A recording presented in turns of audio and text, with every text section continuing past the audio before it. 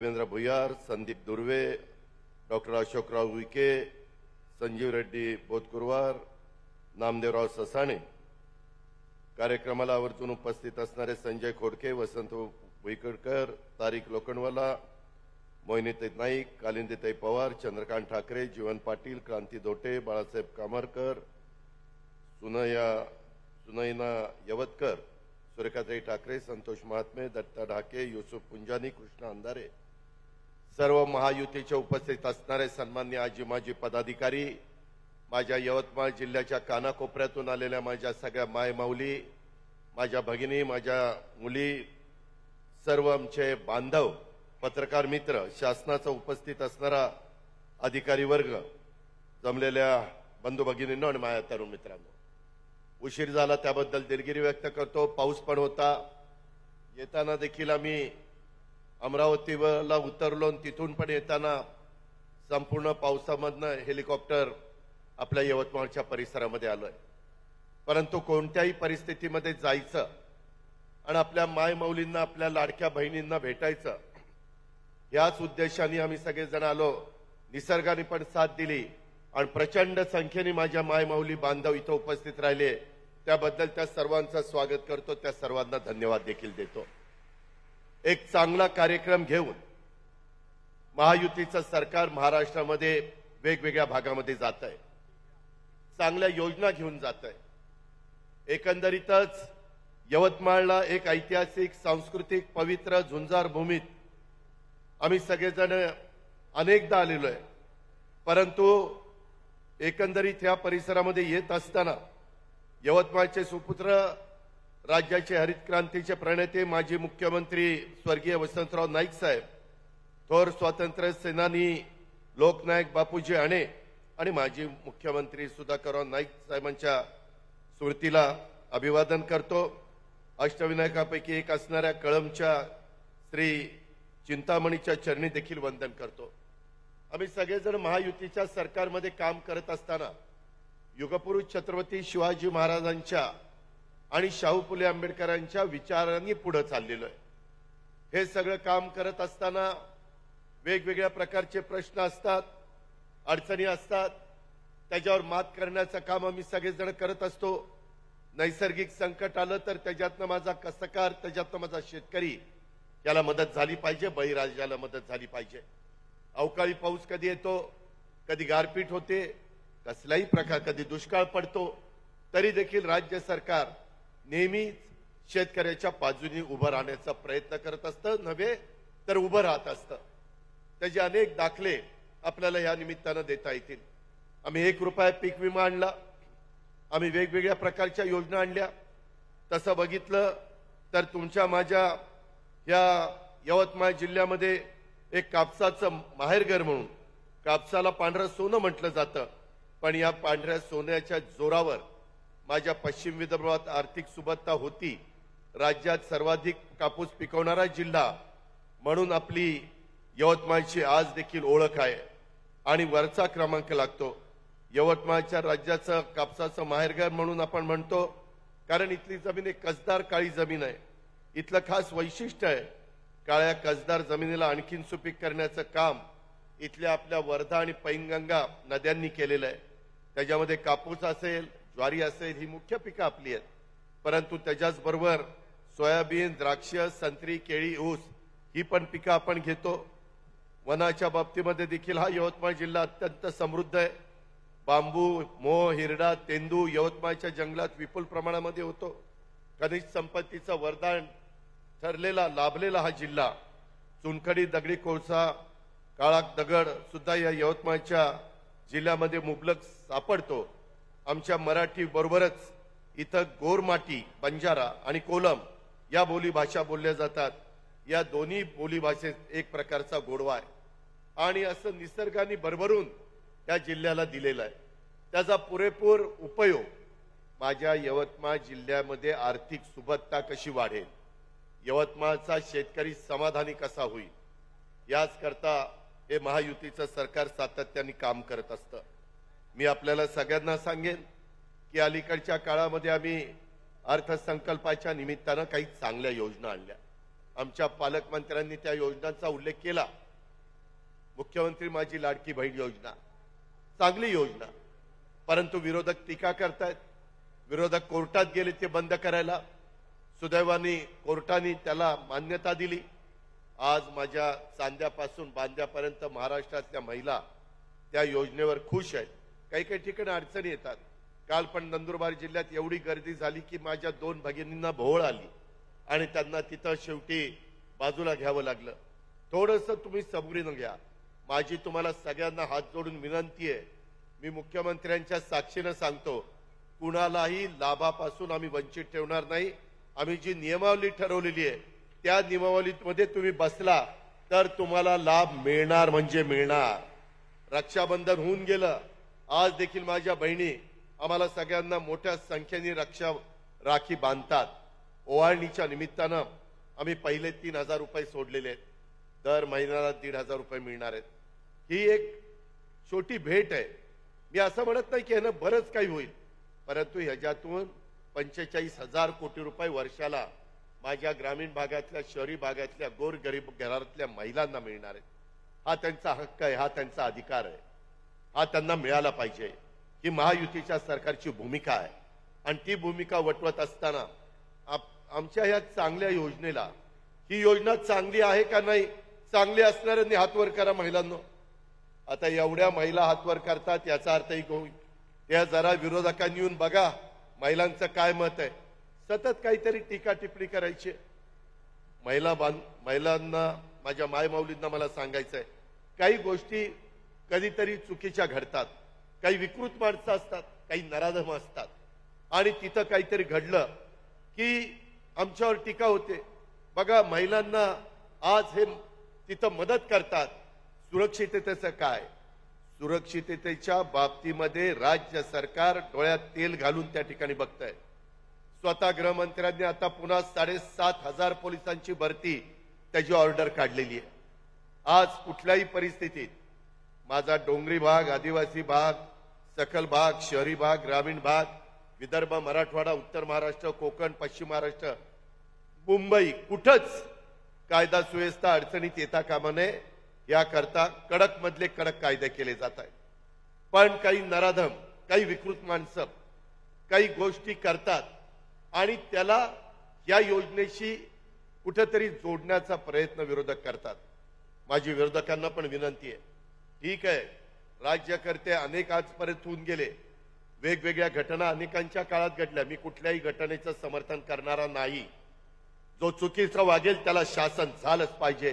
तो किती मोठ्या बापाचा असू द्या किंवा किती मोठ्या वशिलाचा असू द्या, त्याची फिकर आम्ही करणार नाही. त्याला पूर्णपणे इतकं कडक शासन करणार आमचा तर प्रयत्न चाललाय. ते शक्ती कायदा आपण दिल्लीमध्ये राष्ट्रपती महोदयांच्याकडे गेलाय, तो लवकर मंजूर करून आणायचा आहे.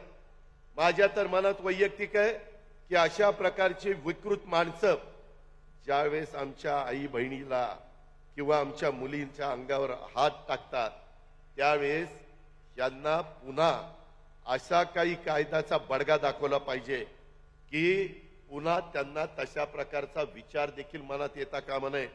त्यांचं माझ्या भाषेत सांगायचं तर सामानच काढून टाकलं पाहिजे, परत नाहीच. हे केलंच पाहिजे. इतके नालायक काही काही लोक आहेत. युगपुरुष छत्रपती शिवाजी महाराजांनी आपल्याला काय शिकवलंय आणि कशा पद्धतीनं आज काही लोक नालायकपणा करतायत.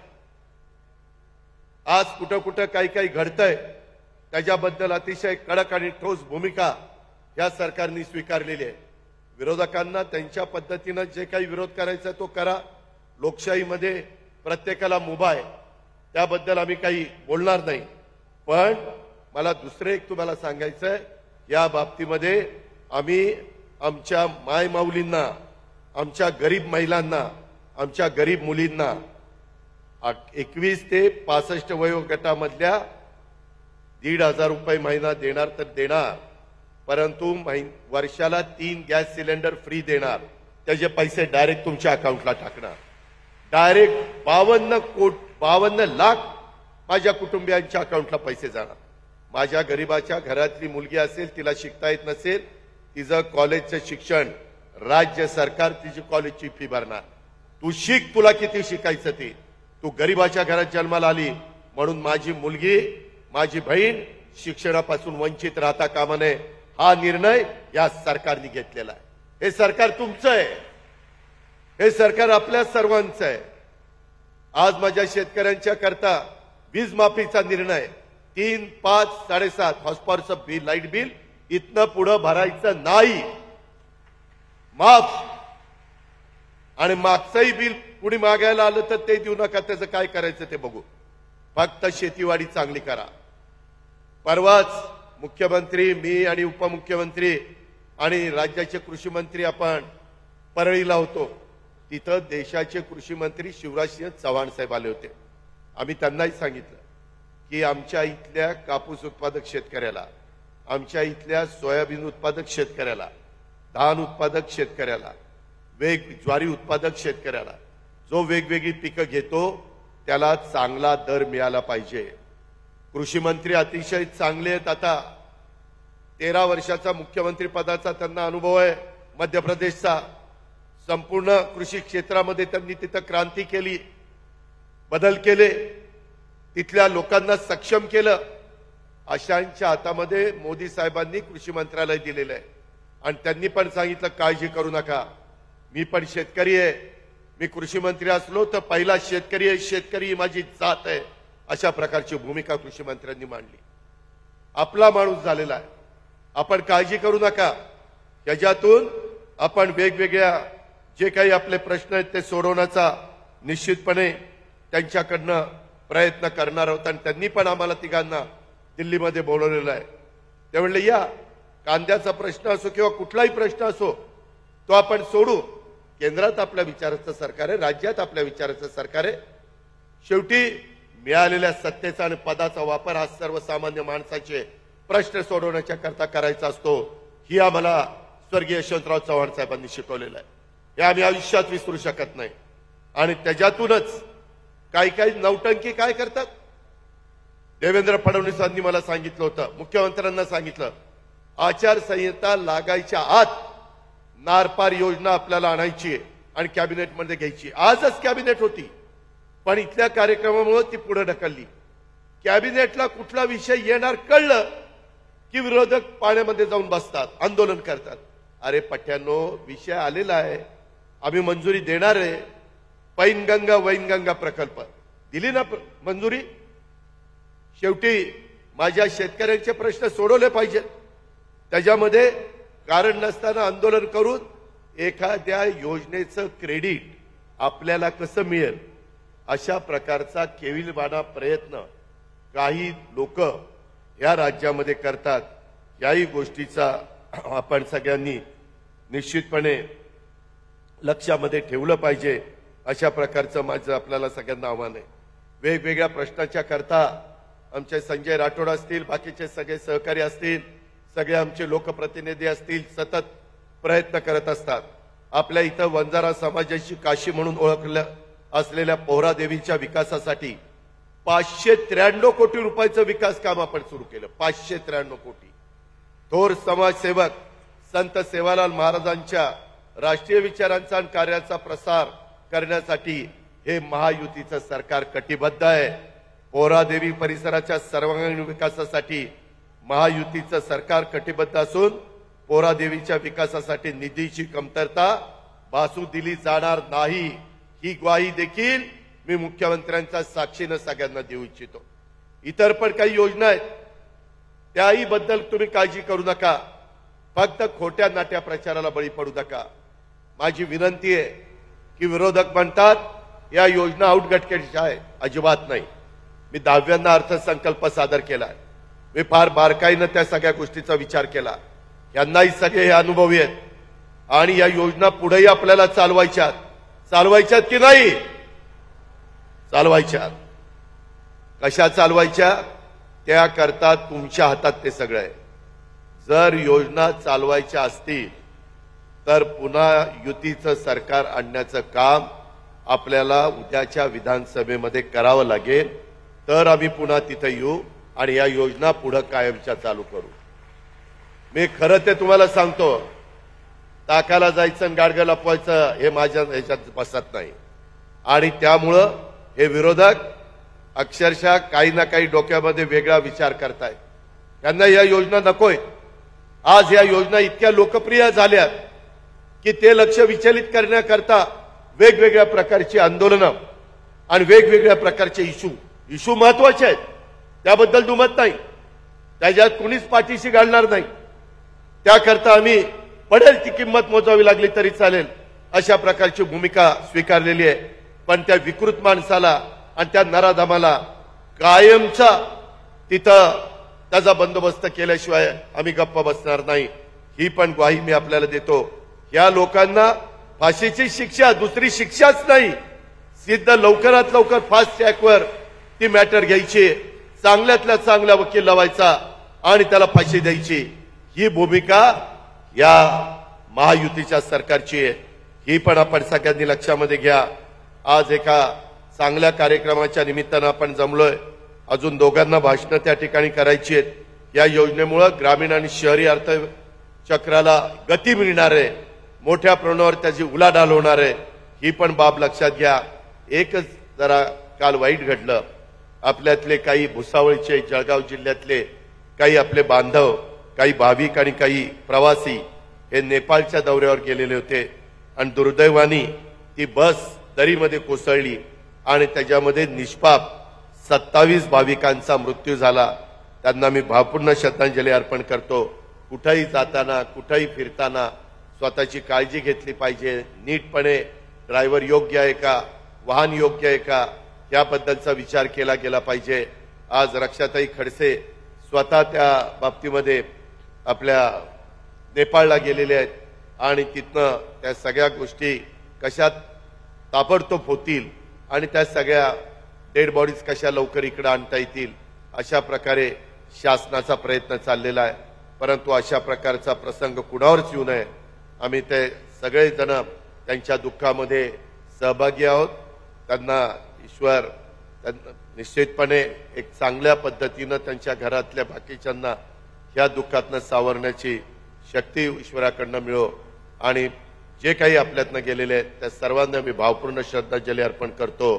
आणि पुन्हा एकदा माझ्या माय माऊली इथं मोठ्या संख्येने पावसाचा काळ असताना, पावसाचे दिवस असताना तुम्ही ज्या प्रेमापोटी भावाच्या नात्याने आम्हाला भेटायला आलेला आहे, मी जाता जाता पुन्हा मुख्यमंत्री आणि उपमुख्यमंत्र्यांच्या साक्षीनं सांगतो की आम्ही आमच्या बहिणींचं रक्षण करूच करू, परंतु त्यांना योग्य पद्धतीनं जे काही रक्षाबंधनाची ओवाळणी ही पण टाकत राहू, पुढे भाऊबीजेची पण ओवाळणी त्या ठिकाणी टाकत राहू. तिथं कुठेही आम्ही अंतर पडून देणार नाही आणि तुमचं रक्षणाच्याही बाबतीमध्ये कुठेही महायुतीचं सरकार कमी पडणार नाही हा शब्द देतो आणि मी आपल्या सगळ्यांची रजा घेतो. जय हिंद, जय महाराष्ट्र. धन्यवाद पवार साहेब. यानंतर महाराष्ट्राचे